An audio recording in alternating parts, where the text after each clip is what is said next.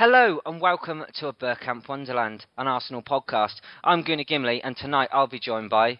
First up, he's been busy fighting the AWOBs with a shitty stick all this week. It's Mr. Geoff Arsenal. Hello, Geoff. Evening, everybody. And how did that work out for you? Yeah, it went really well, mate. We had a good podcast the other day, and the replies kept on going on for days. Still getting some come through now, but I think it went well. Yeah, I think you put up a good account of yourself. A lot of people said that maybe the boys ganged up on you, but I think you absolutely smashed it, mate, to be honest with you. Well, so the poll says. I see someone put out a poll, didn't they? And I think I pissed it on the poll, mate, so that's it. Speaking of polls, and that's a quite exceptional link, joining me all the way from Poland, where I'm informed it's bloody cold, it's Steve, Mr. Lord Hillwood. Hello, mate. Hello, Minge. How you doing? Actually, it's warmed up out here. The snow's starting to melt, and it looks like it might be going away for good, which is immensely pleasing. Let me guess, it's still -8 or some shit like that. No, it's 0, but, that's like fucking sunshine out here. Well, put it like this. If you lived in Wales, then you'd probably have to swap your car for a canoe. It really is that bad. Right, next up, our man in Spain who's fond of the odd Jack Daniels or 7. It's our grumpy Venezuelan John. Hello, John. Hello, fellas. How you doing? Not too bad. And how have you been this week? Intoxicated. That's awesome. As usual. I think there's probably a lot of our listeners having to listen to this podcast can probably relate to your situation. Well, fuck me. After reading Twitter, you'd think that we're about to, have to do something of biblical proportions. Yeah, no, I definitely agree with you on that one. And finally, making his return to the podcast after making a stunning debut on our Deadline Day podcast last week, AFC Freddy 8, or as we know him, Kris. Hello, Kris. Good evening all. How are we? Yes, very good. I have noticed you sound a lot like Daniel Cowan. Hopefully that's a good thing. Yeah, it's a good thing. He does indeed, doesn't he? He does. He does sound like him. See, for people that listen to one of our favourite podcasts on here, Goonosphere, who I did a little bit of voice work for this week, he does actually sound a lot like Daniel Cowan. Maybe. Get on with it. Okay. Right, now let's talk about Palace at home. On the day, 2-0 win and a comfortable home win. For all his thoughts on this match, we'll go straight over to the debutant, Kris.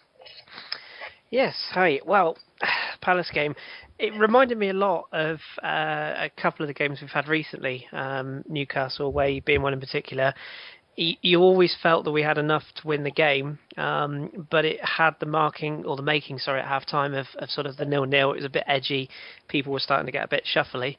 I always thought once we got the first goal, we were going to be fairly comfortable, and it pretty much turned out that way. And generally, I can't really say anything negative about the performance. It was efficient. I think it's a good word to use. We got the 3 points, and we deserved it on the day. And Geoff, Mr. Chamberlain coming back, playing in a central midfield role. We know he got 2 goals, but in general, how did he do? I think his play was great, wasn't it? It's great. He's come straight into it, and he's fitted straight in. Sometimes players come back from a lengthy injury. It takes them a couple of 3 games to get to up to the speed again, doesn't it? But no, fantastic performance from him.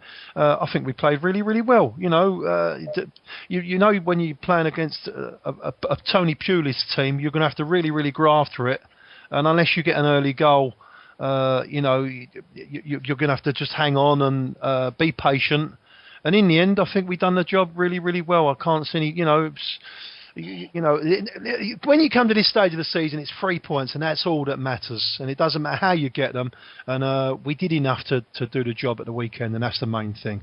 Yeah, never trust Tony Pulis. I mean, a man that's in his 40s and still wears a baseball cap. I mean, please. And this is in the middle of winter as well. Sticking with Chamberlain, Steve, what else do you think he brings to Arsenal's play? Well, I think he's grown up, hasn't he? He's got a lot more bulk about his body, his solidity about him. He's got very quick feet, and he's quite direct as well. If he fancies running with the ball, he can do it. He can unleash quite a ferocious shot. He hit the bar after he'd scored his first goal. So he worries defences, and he because of that he pulls people out and he opens spaces up, and that means he can slide in passes or others can make passes because he's done that. So he's bringing variety into the game, but I'd like to see him be a little bit more direct and start going forward a little bit more and letting Arteta sit back, because that was the role that Ramsey was so effective in, and I think that was when we were at our best playing this season. I think the Ox needs to try and emulate that. Perhaps he will when he gets match fit completely. No, definitely. And John, where do you feel that Chamberlain's best position is? I mean, this was more of a trial, him playing in this position, and it was well noted after the game that Wenger thought he had done very well. But where would you say he's most suited in our style of play?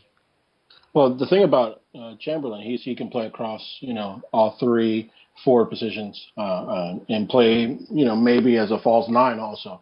He, if you remember that Milan game a couple years ago, he was so direct in that game, and he's the one that really, put the team on his back and got us pushing forward.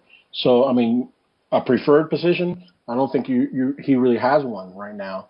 That's both attributed to not being match fit, but also, I don't think he's matured fully yet, and he'll grow into that role that Wenger wants him to, into center midfield. But right now, I think that he could play anywhere. And what percentage do you think we're seeing of him at the moment? What, as far as potential or what he's accomplishing right now, I think we've probably seen 60-70% of what he's eventually going to be like, talent-wise. I think, he's an extraordinary player. I think we've all talked about it. When he's been injury-free and he's had a run of matches, potentially, I mean, you're looking way past Theo, in my opinion. And we won't talk about new signings because I think we probably put that one to bed on Saturday night. But on Match of the Day 2, on Monday, I can't remember which pundit it was, but they said that having Chamberlain back was like a new signing. Kris, would you agree with that? I would agree with it. I don't think it necessarily makes up for the transfer business, but again, as you say, we won't go there. But it is. I mean, losing Theo was a massive blow, and I think having someone like the Ox to come back in, I think people forget that the lad is still 20. And whilst we've sort of seen a lot of players like Theo sort of grow and mature over the years, the Ox is still quite raw. There's still a lot more to come from him, and the fact that he's come in and hit the ground running as fast as he has is a real bonus. And having a player like that to come in at this particular point in time with this run of games that we've got coming up, that I know we'll touch on later, it is probably the equivalent as good a signing as you could make. And also, he's fully integrated within the squad, so it's not like we're having to sort of bed him in. He already knows that the squad, he knows the system, and it's only going to be a bonus to have him in the team. Definitely, here. Geoff, on to you now. Cazorla weighed in with another assist this weekend. This is a player that's copped a fair bit of flack from our fans in the past months. How do you think do you think he's starting to step it up a bit now? Yeah, I think he's outstanding. I think we've had this conversation a couple of times in the past about what the fans are saying about Cazorla, but he's different class, the boy. He can play with both feet, short range passing, long range passing, and when the ball is at his feet and there's people that are around him, he's so tricky, and he's very intricate with his passing sometimes. I think he's just such a great asset for us, and he's another one that same as the Ox as well, they're always looking to go forward. They're always looking for offensive, they're not playing it sideways all the time. The first thought is, let's see what's ahead of us and see how we can go forward. I think he's been a superb sign, and he's just hitting really, really good form at the right time for us as well now. It's if the others start to step it up like he has in the past weeks, then we can really start to believe that we might do things this season. But another player that's copped a fair bit of flack also would be Ozil. I think people came in when he came in the summer, people expected him to just be awesome already, and I think it has taken him a little bit of time to bed into the team. But the new feature of this podcast is going to be Ozil Watch, which we'll do a little bit on, maybe a couple of minutes at the start of every podcast. But John, how did he cope with Crystal Palace? Did he play well? I think he played really well. I think the level of expectation from people, is warranted given the fee. But I think if people would spend more time watching what he does on the pitch instead of tweeting during the fucking game, they would actually see that he's doing quite, a few things. Just a quick, question again. Do you think Hazard is having a tremendous season? I know that all the pundits are absolutely going crazy for him at the moment, and from what I saw of him against Man City, he had an absolute blinder. Okay, well, according to WhoScored.com, in Europe's top 5 leagues this season, Hazard has 62 key passes. Ozil has 65. So that pretty much tells you, and that's the first and second place in Europe's top 5 leagues. So that kind of tells you where there's a disconnect between what people think they're seeing and what's actually happening. And I think he's just a very subtle player. And once people get used to that kind of what he does bring to the team, I think the calls for him being too expensive or whatnot will eventually go away. Do you think that he's got a lot of the flack that he has because of the balls he's playing? The players around him aren't latching on to what he's doing. So maybe because he's a class above what we've got already, he's maybe a step ahead of the players that we have there already.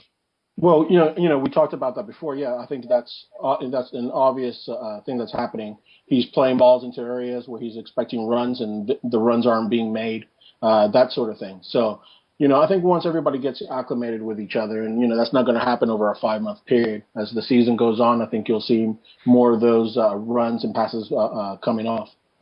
I mean, he's got to be something pretty special for a player like Cristiano Ronaldo to say he was an absolute dream to play with, hasn't he? So, all I think is once he actually beds into the team and the players that he's got around him start reading the passes and how he plays, then I think he will be absolutely phenomenal in this team. I can tell you from Sky Sports, Arsenal had a passing accuracy of 91% against Crystal Palace, so that's not bad, is it?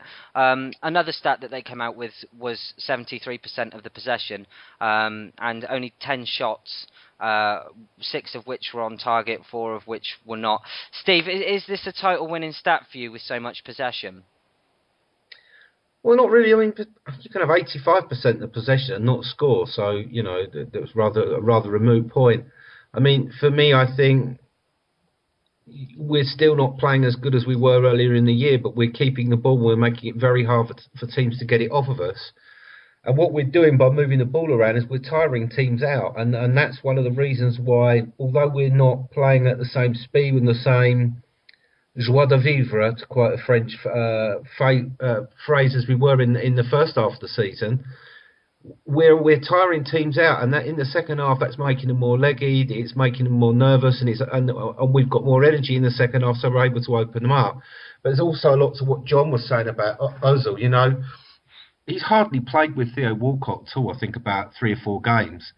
And we lack pace in the side, so therefore his ability to see that pass and put the ball where he knows that someone can run onto it and create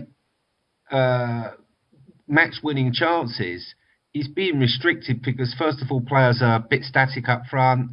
There's not enough runners from midfield for him to spot and put through on with balls, and there's no pace up front to drag the opponents all over the pitch or just to beat men. And a lot of people don't see how he manages to hold 4 players off the ball, where he brings the ball down with the foot, and how he actually manages just to guard the ball and wheel himself around in circles until he sees a pass that he wants to make, and he'll make it, and then he'll move it, and he'll take 2 players with him. That's exactly the point, and that's what he does for the side. And is there anybody, anything else that anybody wants to add to this? Anyone that stood out for them in the game, or anything that they think that we should talk about in relevance to the Palace game? I just want to say that Tony Pulis is a massive cunt. That's wonderful. First one of the night. Can I add something with the Ozil chat? Yeah, of course you can, Chris. Go ahead.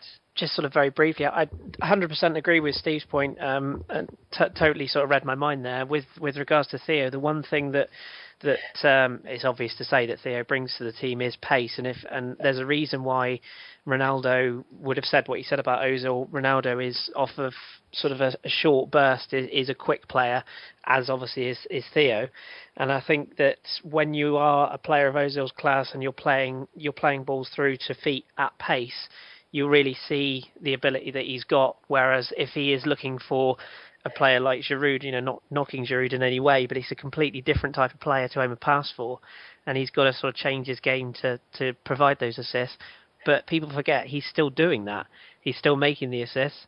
And I think the other thing that some Arsenal fans that I know, not necessarily agreeing with them all, but I think some of them get the impression that he appears to be a bit lethargic or maybe looks a bit disinterested. For my money, he can look as disinterested and lethargic as he wants if he's providing that many assists and that many passes in a game. I think just the way he is, if you know you've got that much ability, you don't need to be racing around the pitch at 100 miles an hour, kicking lumps out of people to prove that you're a quality player. As I think Steve also said, he holds off players from the ball and he creates that space. Why would you tear around a pitch if you know you can make time for yourself with your own ability? But why would you tear around the pitch where in your mind you're already 4 passes ahead and you know where everybody's going to be? Yeah, that's exactly the point. And a lot of the same people who said he's lethargic probably would have thought of something about Dennis Bergkamp. Yeah, well, the thing is he glides more than he runs as well. If you remember the run that he made in the Norwich match earlier in the year, when he sees an opportunity, he goes full speed. Also against Southampton, when he made that run where the ball was deflected and hit off the post. So I think it's wasted effort is something that the top players kind of limit. They'll go full speed and do 100% when they see an opening or when it's necessary. Otherwise, it's just how many times have we said Theo just makes a run just to make a run, and it doesn't end up in anything. Just because you're doing something fast doesn't equal a good performance. Look at Thierry Henry back in the day. Case in point, for all his brilliance, some people thought he was arrogant. To this day, they still think he's arrogant, because of the way he carried himself at certain points. But when you're that good, and as you say, when you glide across a pitch, you don't need to be doing any more than you do. No, so a message to all our fans: stop giving Ozil a hard time because he does the things that not even you can see. But what I want to do then, before we move on to our next segment, I know it's necessarily not Arsenal-based, but it does have consequence on Arsenal. Monday's match, Man City v Chelsea. And this is a question for all of you, but please let me start with Geoff. Was a Chelsea win the best we could have hoped for out of this match? No, not really. On a personal note, you want them both to drop points, don't you, really? We just got to worry about what we're doing, and if we keep on winning and they drop points, then that puts them out of the equation a little bit further. But it was a funny old game, wasn't it, really? Because I was quite surprised with City. I was a little bit disappointed with them. They was bottling it for much of the game, and Chelsea was strong. I mean, you got to hand it to Mourinho. He knows how to set a team up. He does. He's a great tactician, and I mean, Matic. I didn't like him before, but that Matic, his performance in that game was fantastic, was it? I mean, he had Yaya Toure in his pocket at one stage. Yaya, he couple of tackles from him. He's looked round and said, "Fuck me, what is that?" And he was strong, really, really strong, and he might have pulled out another good signing there. But it's a long old way to go, and we've all still got to play each other. We'll just have to see how we get on. Yeah, definitely. Steve, over to you next. Same question. I mean, obviously a draw would have been, they would have both dropped points, would have been better, but I think from a morale blow for City going to Chelsea, losing to Chelsea, the psychological blow, it was quite a big thing. And what was so amazing for me was that the week before, somebody on Match of the Day was picking out the fact that as the central two, Fernandinho and Toure, they always leave too much space between them, and Fernandinho has to sit back to sort of make up for sort of Toure roaming forward, and they've been caught a few times on their away travels like that. and of course Fernandinho wasn't playing on Monday night. And surprisingly, Chelsea weren't sitting back and parking the bus. They had a go at City, and they got stuck into him, and they exploited that gap in midfield. And Hazard had a brilliant game, but at the end of the day, it just proves that City aren't the heirs inherent to the title, and it just proves that they can all be beaten. So as Geoff said, it's up to us to go and do our best. I certainly think that we can get a result against City at our place, and I certainly think we can take points off of Chelsea. So, roll on the weekend, basically. Yeah, definitely. John, to you next. This result put the end of all of that invincible crap that the Man City fans were talking about. Are we happy that Man City lost points instead of Chelsea? Do you see Man City as more of a threat for the title than Chelsea? Again, quite the same question for you, please. For me, I think, defense wins championships at the end of the day over a stretch of a season. Form tends to be temporary when it comes to goal scoring. And the loss of Aguero as well was always going to affect them. I think this was a good result just on the basis that it shows everybody that, if you can get to that back four of City, they're going to have issues. If you can press that midfield, they're going to have issues. So I thought it was, important, for that to happen. Mourinho was always going to go in there with a good game plan to make that happen. As far as, where we go from here, I think, City are going to have the same issues as they always do, which is, can they keep that goal-scoring form and paper over the cracks of that defense? Chelsea, I think, is going to be exactly the opposite. They have a good defense. They're going to have to get goals from those three forwards that generally don't give them much. So I think it's going to be an interesting race. I think we can be the most consistent team and see this out, to be honest. I mean, look at the stat about Per and Koscielny. 32 matches where they have both played 90 minutes, and we've been unbeaten in those 32 over a 2-year stretch. That's quite an epic stat, isn't it? Absolutely. Kris, over to you next. I'm really, really torn on this one because I must admit, pre-game I was more hoping for some sort of acid rain shower where we just had to get rid of both of them. But I think in the short term, it's probably I was hoping for a draw. In the long term, I'm wondering if maybe it is the right result. I think over the course of this season, as much as I hate the prick, I think Mourinho, he's just got that way that no matter what happens, Chelsea will be up there at the end of the season. I'm just wondering if with City, them losing, maybe this will affect them confidence-wise. Maybe they realise they're not so invincible at home. I think the biggest concern that I've got with Chelsea is that they're just this sort of silent creeping machine that just keeps on drubbing out results. And whilst they were a little bit attacking on Monday, that Mourinho's style will be grind out results, get the wins that he needs. Whereas with City, I think they are that machine. So, yeah, I guess in the sort of the long run, the Chelsea win hopefully will be the right result for us because really we need City to drop points. Thank you very much. Our next segment follows on quite nicely from the Palace game, as now we'll go into February and discuss the difficult run of games we are about to face. Geoff, I'll read out the fixture list we have coming up. We've got Liverpool away in the league, Man U at home in the league, Liverpool home in the FA Cup, Bayern home in the Champions League, and Sunderland home. What do you make of this difficult run of fixtures, and how do you think we can cope with it? Well, that's what it's what it's all about. These are the types of games that you got to love. Tottenham are playing Dnipro or somewhere. I've never even heard of them, the team they're playing. I'd rather be playing like teams like Bayern and stuff like that. It's different class. It's going to be tough, isn't it? There's no doubt about that. But I think we've got a squad that's good enough to go away to Liverpool. And if we get a win at Liverpool, I think that really, really kick us on. It'll give us more belief, extra belief that we need. United at home, they're not the United team that have in the past, so I fancy us in that game. I've got to be honest with you. Sunderland at home, I think as long as we're on our game, There's no reason why we can't beat them. And again, with Bayern Munich, I mean, Bayern Munich, they're one of the best teams in the world, there's no doubt about it.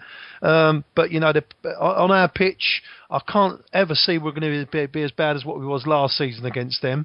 They're going to be aware of that as well. I don't think they're going to expect the similar type of game. So, you know, but it is a toss-up. You really don't know. But I wouldn't be displeased if we drew a Bayern 0-0 at home or something like that. Mm. And finally, Sunderland. Yeah, Sunderland. I think we can just as long as we play a normal, natural game against Sunderland, I think we'll break them down, and you know we should beat them comfortably. Yeah. And John, over to you. What's your take on this difficult run of games? Well, for me, I don't think we have a team that matches up with us until the Bayern game. I mean, look at Liverpool. Liverpool has very little in midfield, in my opinion, and the defense is a shambles. Between Touré and Sacco and the rest of the lot, I just don't see them getting any type of result against us. United, like Geoff said, it's not the same United as always. If it wasn't for the illness to how many players, 6 players, and the injuries that we had and the end of the run of tough matches there, you know, they still managed to beat us 1-0 with a shoulder, with a deflection off Judas's shoulder. So for me, it's all about Bayern. This month, I can't see us losing any of the other games. Mm. And Steve? I mean, I agree with John. I just don't think Liverpool have got much to trouble us in midfield. I think we'll completely take the midfield over. And as long as Koscielny's got his big trousers on and that goofy little diving twat in his back pocket, we should beat them quite easily. The Bayern Munich game's probably going to be one of the games of the season, probably one of the best games for footballing neutrals to watch, because both sides are filled with attacking, skillful players, and both legs of that are going to be, you know, top quality football. I think definitely the home game, I think we can get something out of it, and if we get, you know, a 1-0 or a 2-1 win, we get back to theirs, you know, we've got every chance of doing it. And as for Sunderland, you know, just play as we do, grind it out, and we'll take the points there. Yeah, definitely. Kris, your thoughts? Very similar, I guess, to what the other lads have said. I mean, I'm probably the only one that thinks the Liverpool game might be a bit more tough than maybe we would think it would normally be, just purely because we've got results from them previously, and I'm just wondering if maybe they may have worked out a little bit of a way. Kind of being a bit pessimistic, I guess, but Suarez has got to have a decent game against a top club at some point. Just a little bit worried it might be us, but at the same time, I don't think we'll get beat. Hopefully, I hope I'm completely wrong, so let's go with that. United at home, completely agree with Geoff. This is not the United that we've played in the past few years. I personally think they're a shambles, to be honest. I don't think there's any cohesion in their side. They've got players who clearly don't want to be there, and I think they've got players that are not good enough to be there for the size of the club that they obviously are. The Bayern Munich game, I mean, again, it'll be a fantastic game of football. There's no reason at all why we can't do what we did last year in the away leg at home. I think we've got to be sensible at how we go about it. If we throw the kitchen sink at them, I think we all know what will happen. But if we play a sensible game, sort of keep it tight at the back, and nick a couple of goals, we've got every chance.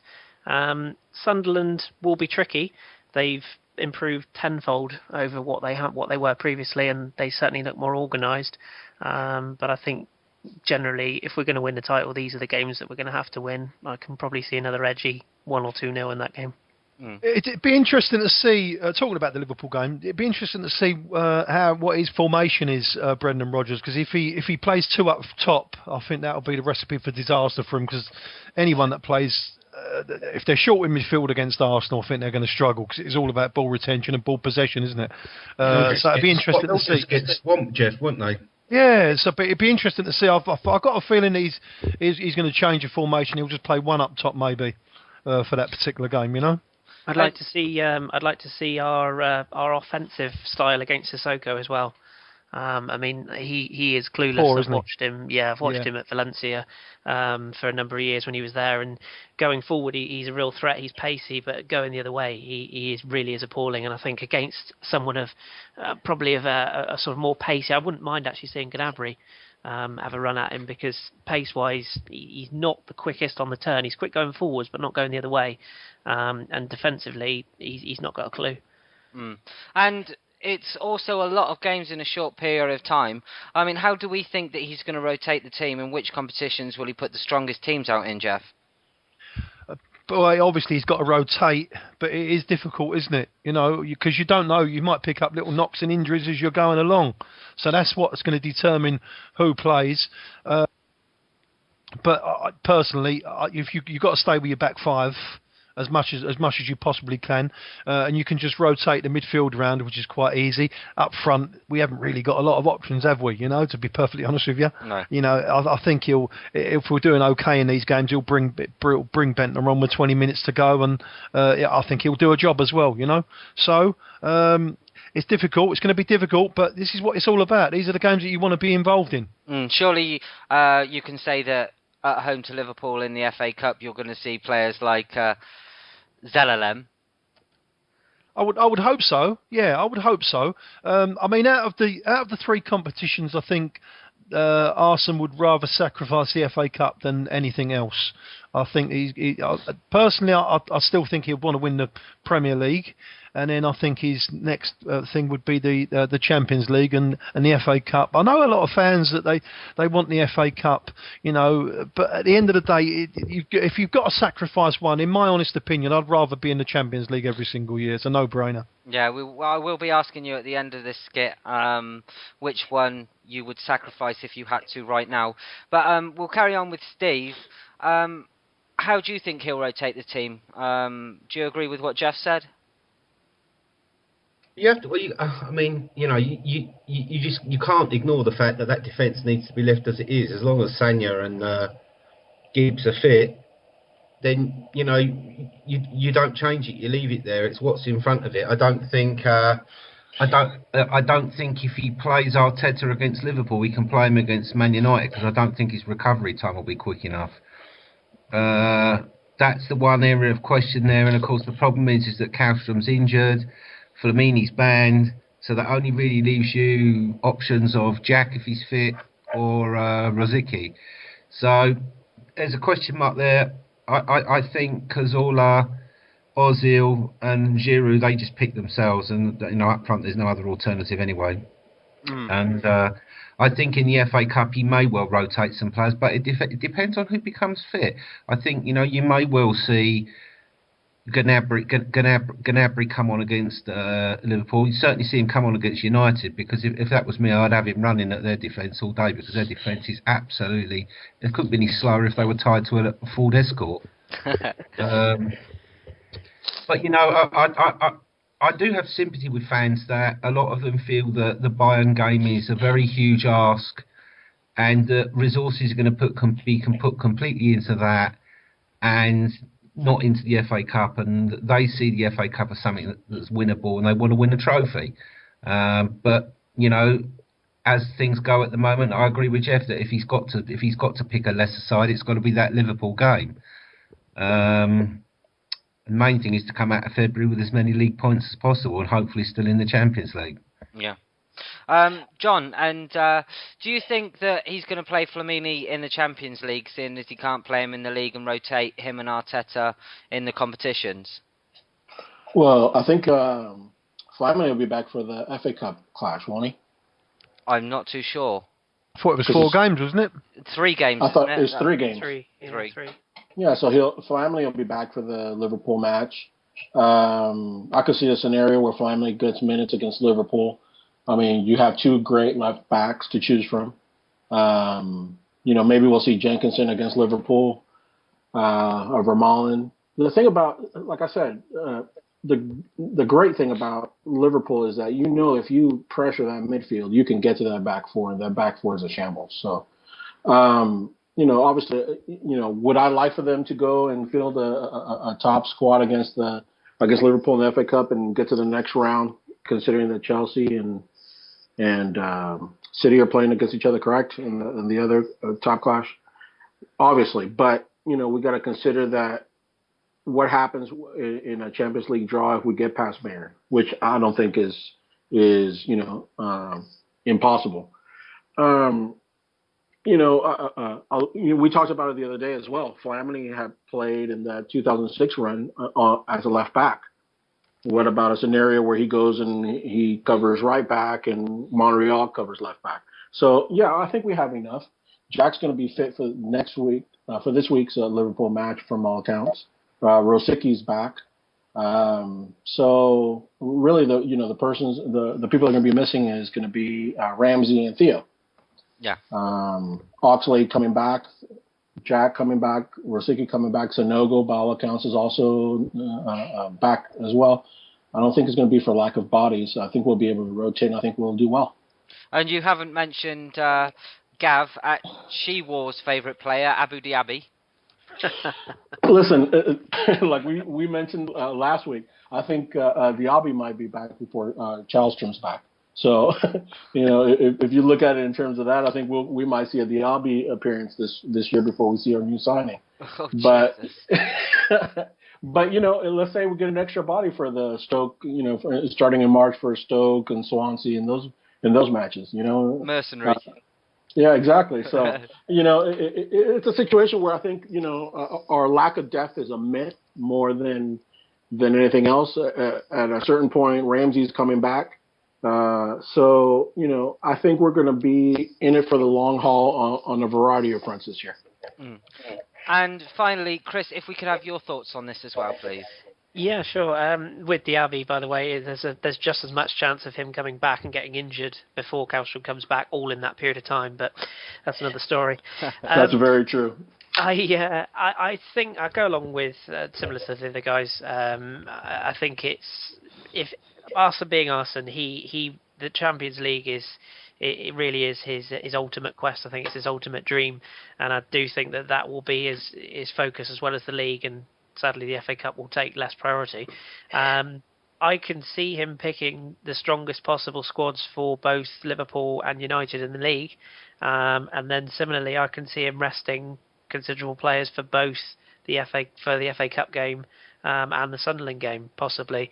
I think especially the Sunderland game at home, I would imagine he'll see that as a game where he can get away with, so to speak, a Bentner playing.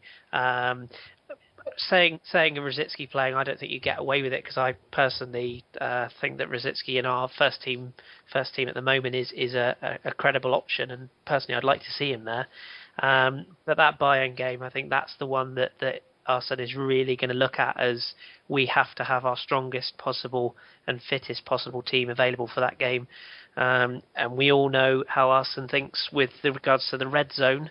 So based upon how this weekend goes, fingers crossed for no injuries, I think you'll probably see the strongest team for the next 3 games straight. Mm. And finally, before we end this segment, 2 questions. The first one being, if I could have win, lose or draw on the matches. Kris, we'll start with you, and you'll play on behalf of the guests.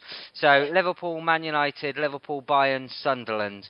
Win, lose, draw on each of them, please, if you could. Yeah, sure. I will go draw Liverpool on Saturday. I would say win against United, win against Liverpool in the Cup. I'm actually going to go draw Bayern at home and win Sunderland at home. Okay. And finally, from you, if we could say, which competition would you drop now if you had to? Oh, I hate this one.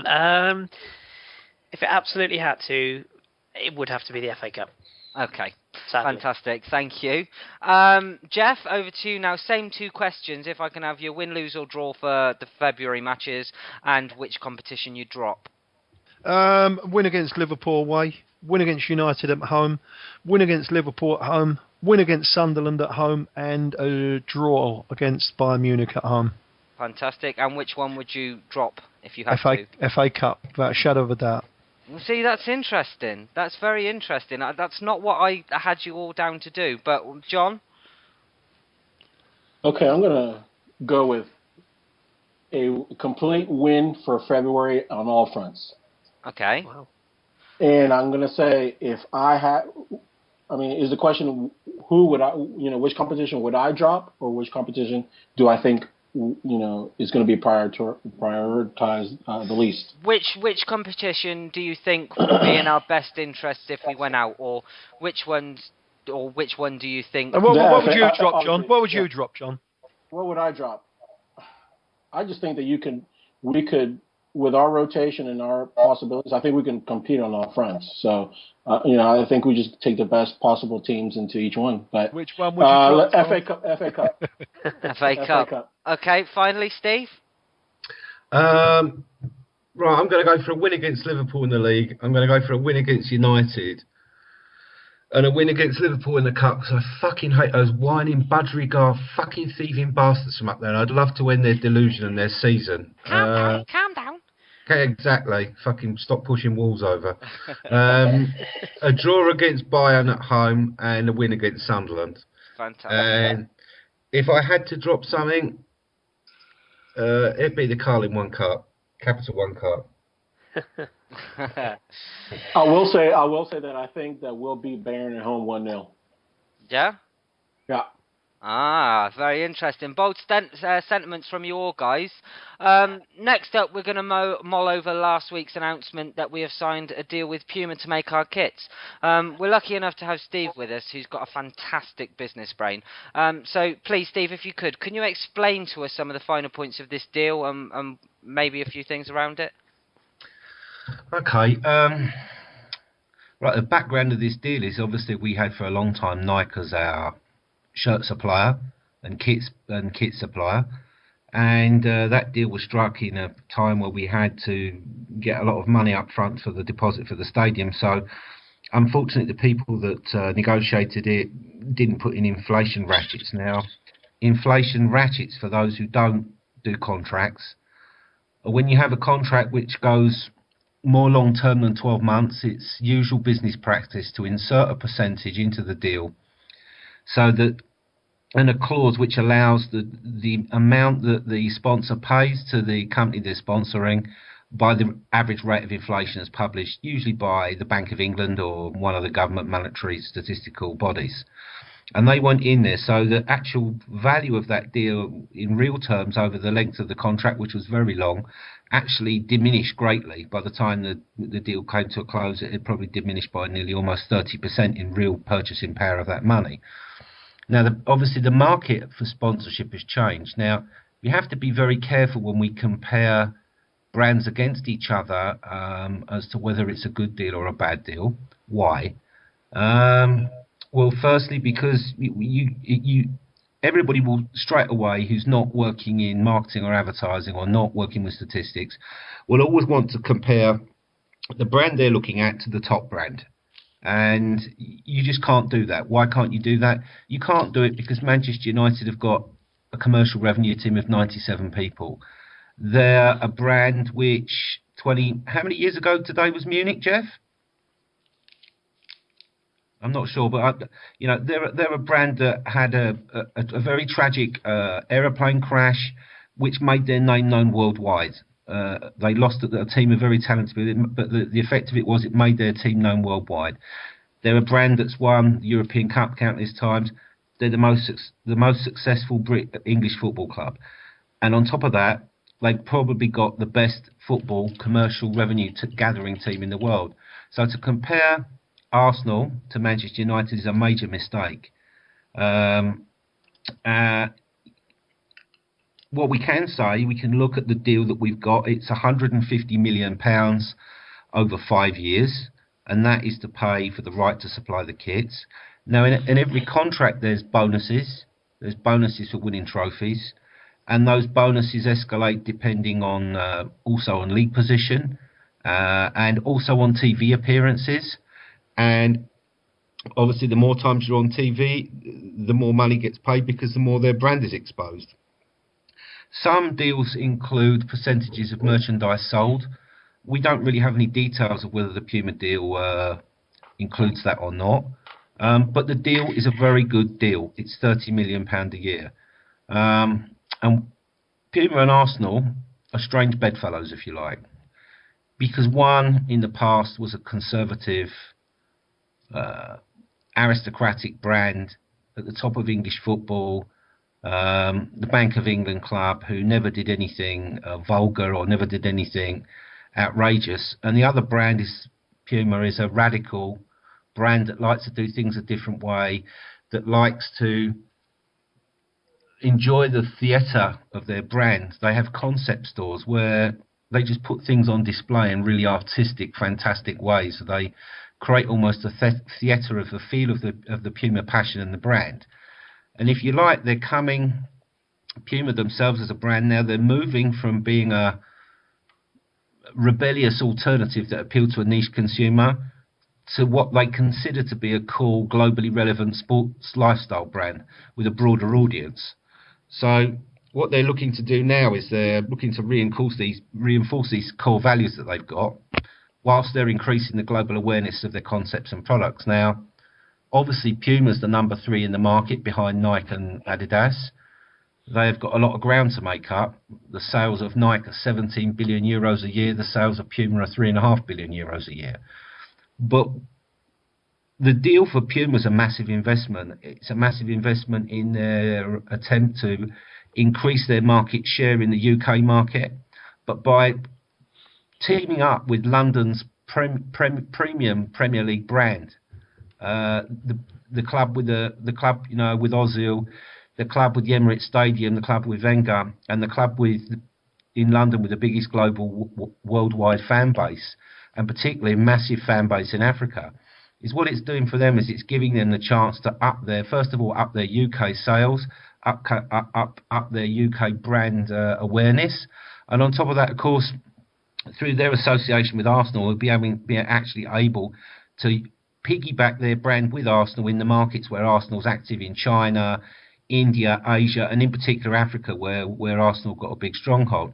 So, to sum up, is it a good fit? Yes, it is a good fit because we've now got a young commercial director, Tom Fox, and he's got some good young marketing people in there, quite talented. They, like Puma, would like to push Arsenal to be less conservative, and I think Puma are going to pressure Arsenal to move up in style with merchandise. They're going to produce stuff which is a bit more radical. The advertising that they're going to be pushing forward is going to involve Arsenal stars and Arsenal football team and the Arsenal core values, which fit with Puma's as well. And they're going to push Arsenal, and I think Arsenal will benefit very much out of it commercially and marketing-wise.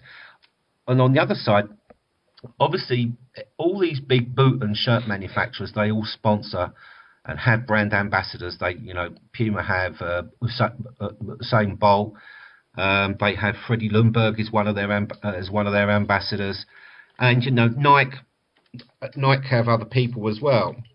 And they have contracts with those stars. They have very, very close contacts with those management of those stars, and they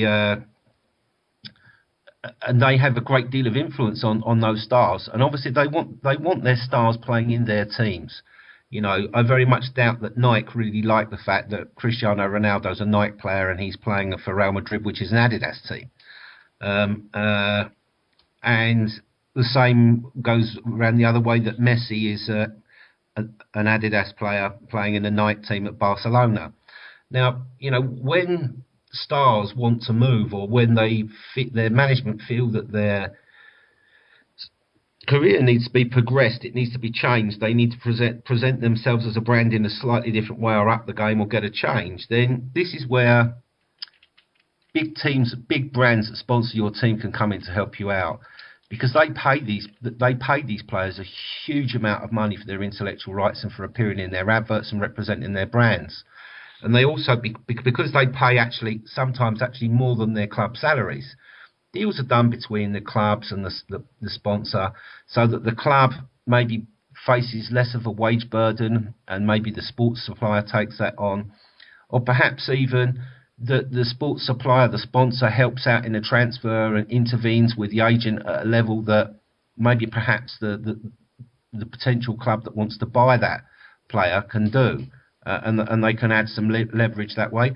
And of course, for sure, if they want to offer a player extra money, well, it's like this, Mr. Bagliatelli. You're at AC Milan at the moment. AC Milan aren't doing very well. Italy's not really an important market for Puma, but England is, and so is Africa. We really would prefer you to be playing at Arsenal. Now, if you were to go there, you'd have to behave. And if you were to go there, they would offer you this, but we would offer you more on your contract if you go there than we will offer you if you stay at AC Milan. So it's a great deal, and anybody who's sitting there thinking that it's not a great deal because Real Madrid get more, or Barcelona get more, or Man United get more, or Manchester City get more, they need to really seriously look below the actual figure that they've been seeing in the newspaper and understand that Real Madrid have got a massive fan base in South America. They've got a massive fan base in Asia and in all Hispanic-speaking countries. On top of that, they like United, have got a massive commercial revenue gathering team. And Barcelona are backed by a Qatari foundation. And then we've got Manchester City with their virtual sort of support by the Qatar economy. So whatever they spend, the owners of their sponsors, who just happen to also be the owners of their club, up the sponsorship by the amount ready to block the red line on the balance sheet. So you can't really compare the Arsenal deal to any of those. Outside United in the Premiership, that deal that Arsenal got with Puma is the best deal in the Premiership. And can I ask you? I read somewhere this week in I think it was on the internet with one of the newspapers though, that Man United are just about to, in the near future, sign a kit contract for £1 billion. Is it with Chevrolet, Geoff?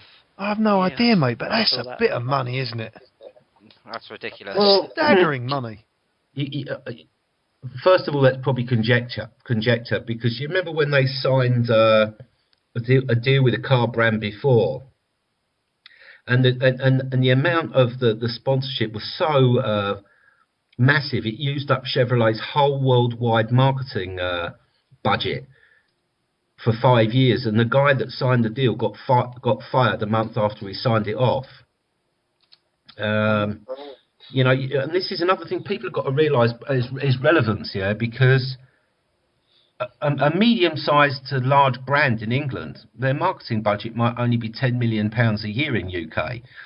But people have got to think outside that other markets are different sizes, that the cost of advertising and the cost of TV posters, internet in other countries is far less.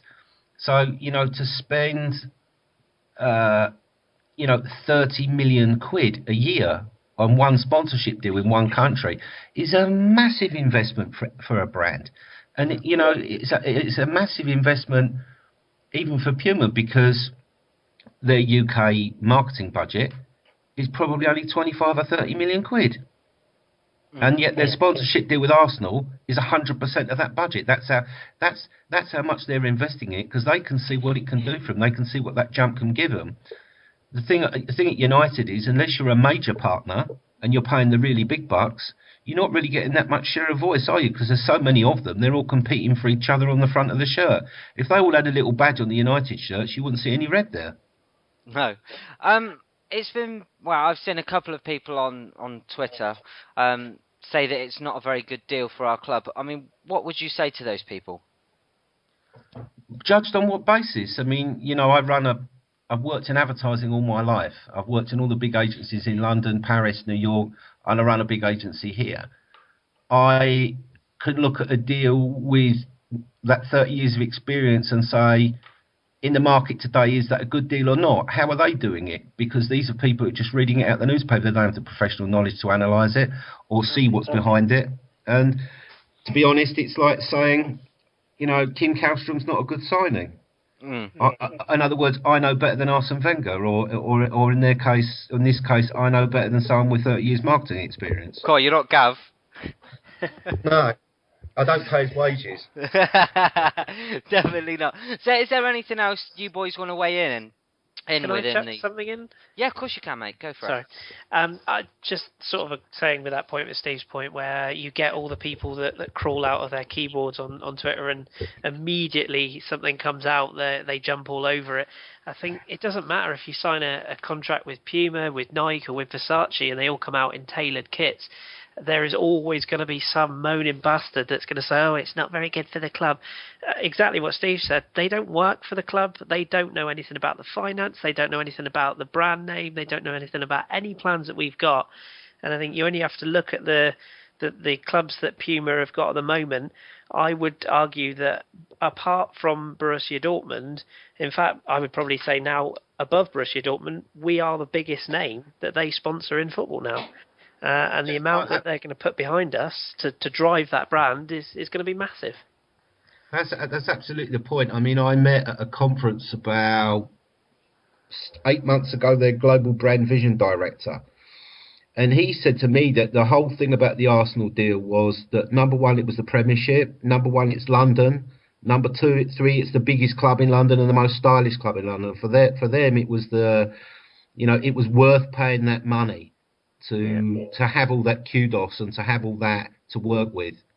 And still, they want to push the envelope, which is good, Yeah, absolutely. Well, the thing is, the same people that are complaining about this deal are the same people that sit there and in minute 5 are on Twitter fucking complaining like like the cunts they are, and about every misplaced pass, sending messages directly to the players, saying how shit they are, and complain, don't even watch the match. And then in the second half, when we go up 2-0, the same people are spouting how we're going to win the league. They're just massive fucking cunts, so they know fuck all. I think the word you're looking for, John, is utter minge bags. Absolutely. In the you just need to filter that out and actually get, people with decent opinions that have some sort of insight like Steve does. And, you wade through all that bullshit. If you look at the previous Nike deals, there was a graph that I put up on my Twitter. For 7 years, from 2004 through 2010, it was 55 to 62 million for those 7 years.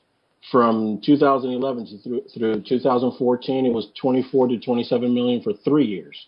Now all of a sudden we've signed 150 million for 5 years. If you're too stupid to see that that's improvement, you're a fucking idiot.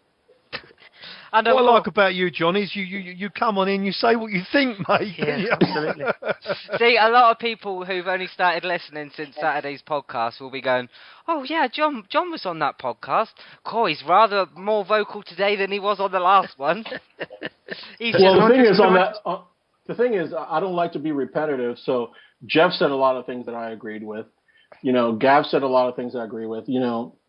I'm just a realist. I don't lean either way. I just, for each situation, I don't think you need to go in with a preconceived notion. So when they said something that I agree with, they know, they have more experience and a longer time following the club than I do. So, I'll defer to them on those points when I agree to them, when I agree with them. But, I'm vocal when I need to be.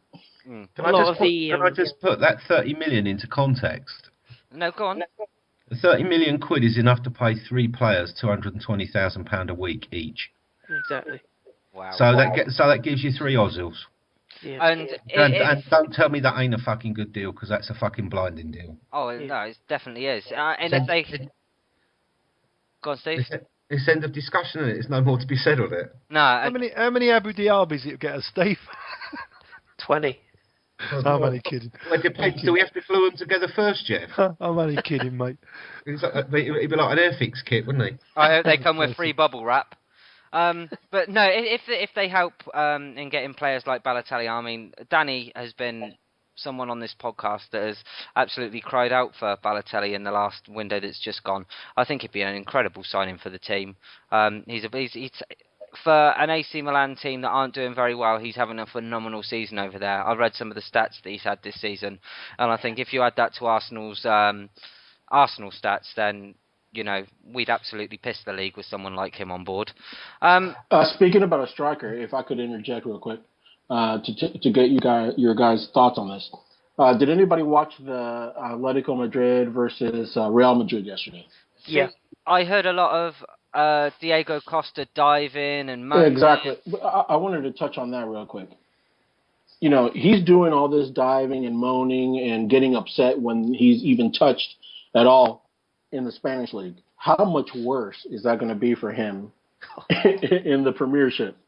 League Catamol. Imagine that. Exactly, or or Flamini during practice, Phil taking him out Bardsley. because Hey. I just don't see the transition, being very good for him. But then you have people that are willing to throw 30 million, 35 million on him. Why not Balotelli? That has proven that he can make it here. Thing is, though, Costa's had one season. He's had one season. That, I mean, don't get me wrong, he's a quality player because you can't be shy if you play for Atletico Madrid and they're obviously top of the Spanish league. But I totally agree with what Geoff said the other day. It's all right signing the hipster's choice and spunking 30 million quid, and then he arrives, and if he's another Jose Antonio Reyes, bless him, what do you do then? He's popular now because he's in form, but he's not a £30 million player. No and way. the same people that are calling for his signing would then be bitching about how he's deadwood. Exactly what would happen. Well, you see what they've done to Gervinho. They didn't give him a chance to really. Honestly, they really didn't. Jeff, he was fucking useless. Well, he's pulling up. It's pardon the pun, but he's pulling up trees out there in Rome at the moment. He's doing really, really well. So playing in the right position. Yeah, but not only that, it's because I think he's a player that he's got to know that you're confident in him. Yeah. And he was getting so much stick from the crowd from like week 4 that it was impossible for him to get out of it. So we did the same with Bowie. I wish we're doing the same to Bentner now. Poor fucker. Yeah. See, every time he comes on. This is something that me and John said the other day. I don't know if we actually had the record button pushed, but if we had a second choice left back at the moment, how many people would take a Bowie over Jenkinson? Yeah, fair point. Right back, yep. So, absolutely.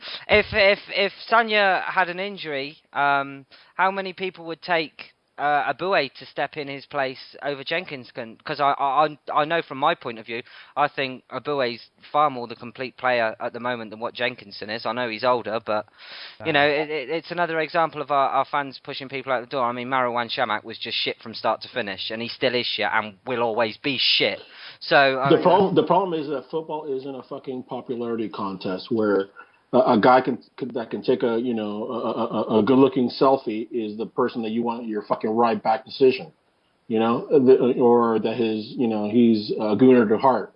I think that it's gotten to the point where being politically correct has overtaken what's good for the club, and what's good for the club isn't necessarily what most people will agree with. Mm. Definitely so, but we'll get this back on track then.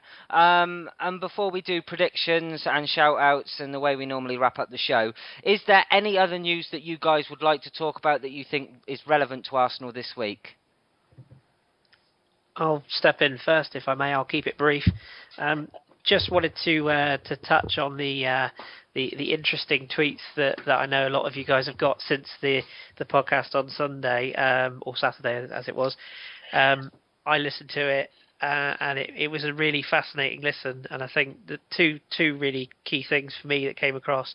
One was that it's really refreshing to have two people in the same arena, namely yourself, Geoff, and Gav, that have such polar opposites on opinions, but are willing to share them, and it creates really genuinely good debate.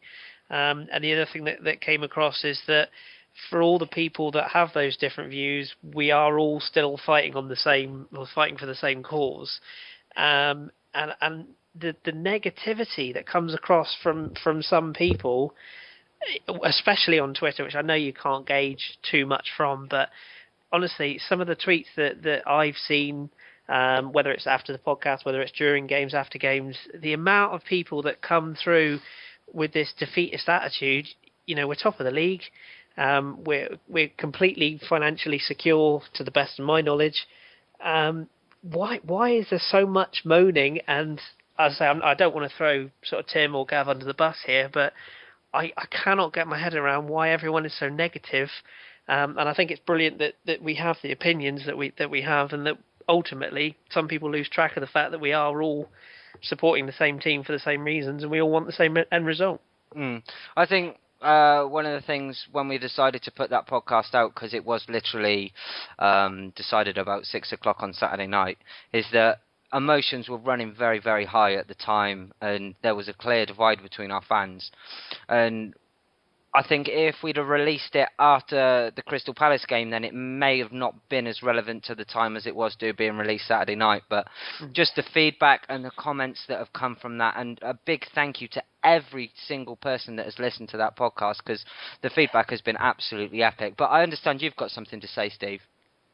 Yeah, one of the things, the best thing about that whole debate is the fact that you've got like Jeff's got his view, Gavin's got a very polar opposite view, and you've got Tim Payton, which has got a very sort of like a business held view, and all those views sort of oppose each other, but there's one common theme there, that they all stand on the same stage and shout for the club and love the club. And I think that some people's reactions to that, oh, we shouldn't allow this person to speak so much or person to speak, is ridiculous. You know, the reason why this podcast works is because we have that broad spectrum of opinions, and we have those debates. They're honest, they get heated at times, but everybody shakes hands at the end of the day and walks off to the bar and has a beer together and a good laugh about it, you know, and that's the way it should be, and everybody loves the club. And I just think, I really don't understand why people go to games and sit there swearing at players and being negative throughout.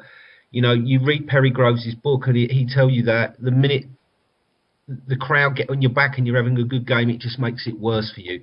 And you try that bit harder, so you fail more often, and the whole thing becomes a vicious circle, and that player feels very put upon and set upon, and people take things in different ways. They deal with them in different ways. Some people are like, well, I'll show you, and they prove it. Other people get ruined by it, like Gervinho did. But I just really seriously think people have got to put the fucking internet down and watch the fucking game. Great point. Sit down and think about it, digest it, and then give your comments afterwards. Not during a game when emotions are running wild. And how many times have we seen people just sit there and bitch and moan and bitch and moan for 45 minutes, and then 2 minutes into the second half we score a goal and then they're talking about titles? You know, it's so bipolar, for lack of a better term. You know, schizophrenic is what you're looking for. Jesus, it's absolutely just. It's a downer. You know, a couple of times, I feel like throwing my fucking phone across the room and just yelling cunt at the top of my fucking lungs. I don't understand how people just don't enjoy it for what it is at the moment. I mean, no one would expect us to be where we are at the moment. You know, Man City have spent £500 million more than us since for the last 3 years. I mean, and we're competing with them. I mean, the thing is, last year everyone was saying, oh, well, I just want us to compete, blah, blah, blah. Now them same guys are bollocking us because we haven't bought a centre forward, and, you know, they think we're going to do shit for the next 3-4 months, which we haven't done for the last year. So just enjoy the game. Enjoy it as it is. Try and enjoy it as much as you possibly can, and support the Arsenal. It's as simple as that. We all want the same. And John, for what you said, there is actually a name for it. It's it's called Piers Morgan syndrome. Absolutely. You had to drop that, didn't you? With that, let's not mention that fucking name again and move on. No, definitely. So with Liverpool away coming up, then, if I could grab some predictions from your good selves, we'll start with you, Steve, please. 2-0 to Arsenal, and first score will be Cazorla. Fantastic, John. I'm going to go 2-0 with first score Giroud. Kris? I'm going to go 2-2, first scorer Giroud. And Geoff? No, you go first, Gim, because you keep on saying I'll nick your scores. All right. I'll go on 1-0 Giroud. Okay, and me, I will go 2-1 to Arsenal, Giroud. See, I did think about that one. Right, we'll move straight on then, fellas. And same thing again, but if I could have some shout-outs. And Geoff, you first, please. No shout-outs from me. Thank you, my wonderful followers. I enjoy the chat with everybody. So, and it'd be unfair if I just singled out one. You should shout out all the people that hashtag Team Geoff.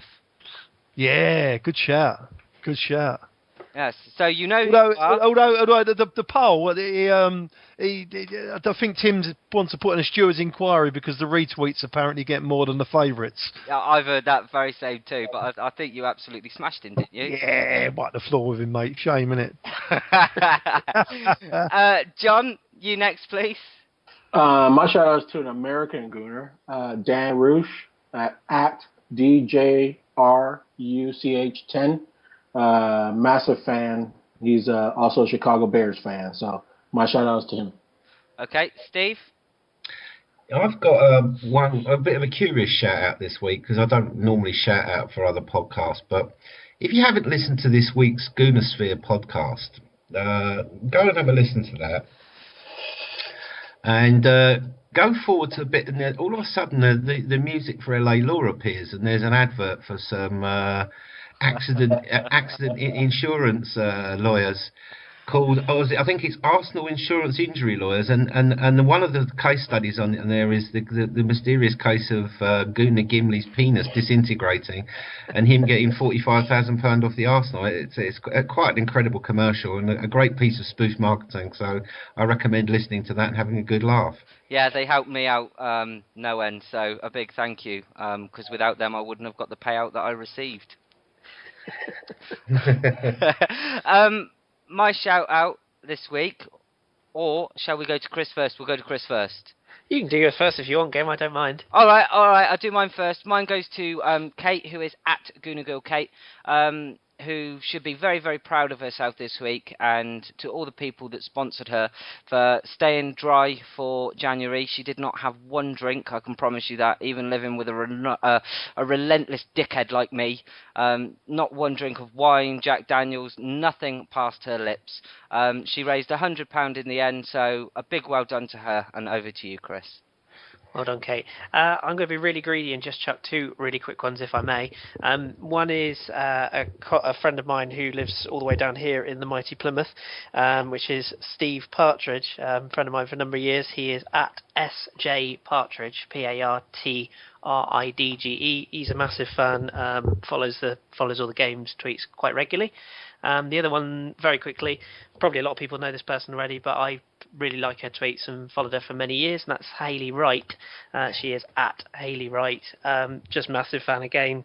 Does a little video diary that I follow on a weekly basis. Really enjoy her tweets. She blocked me about a year ago, Hayley Wright, God bless her. Did she really? Yeah. What did you do, Geoff? You know what? I think I was listening to one of her vlogs one time, and I would have put, me, I'm not rude. I would have passed some kind of comment that might have been a tad negative, and then the next time I went on, and I couldn't get on. She blocked me. God bless her. I heard it was you accused her of the carpet not matching the drapes. It's probably Geoff was probably got his old Top of the Pops 1970s presenters outfit on again. He was probably lusting after her bosom. No, not for me. Not for me. No, Hayley's not for me. God bless. No. I could just imagine him squatting down, rubbing his knees. Right. So all that's left is to thank you boys for joining me tonight. Pleasure. So a big, big thank you to Steve, John, Geoff, and Kris. Thank you. Appreciate it, Gim. Pleasure, Gim. So that was a Bergkamp Wonderland podcast. Thank you very much for listening, and keep it Arsenal. Good night. Minge bag. You just had to slip it in there at the end. Silly bitches!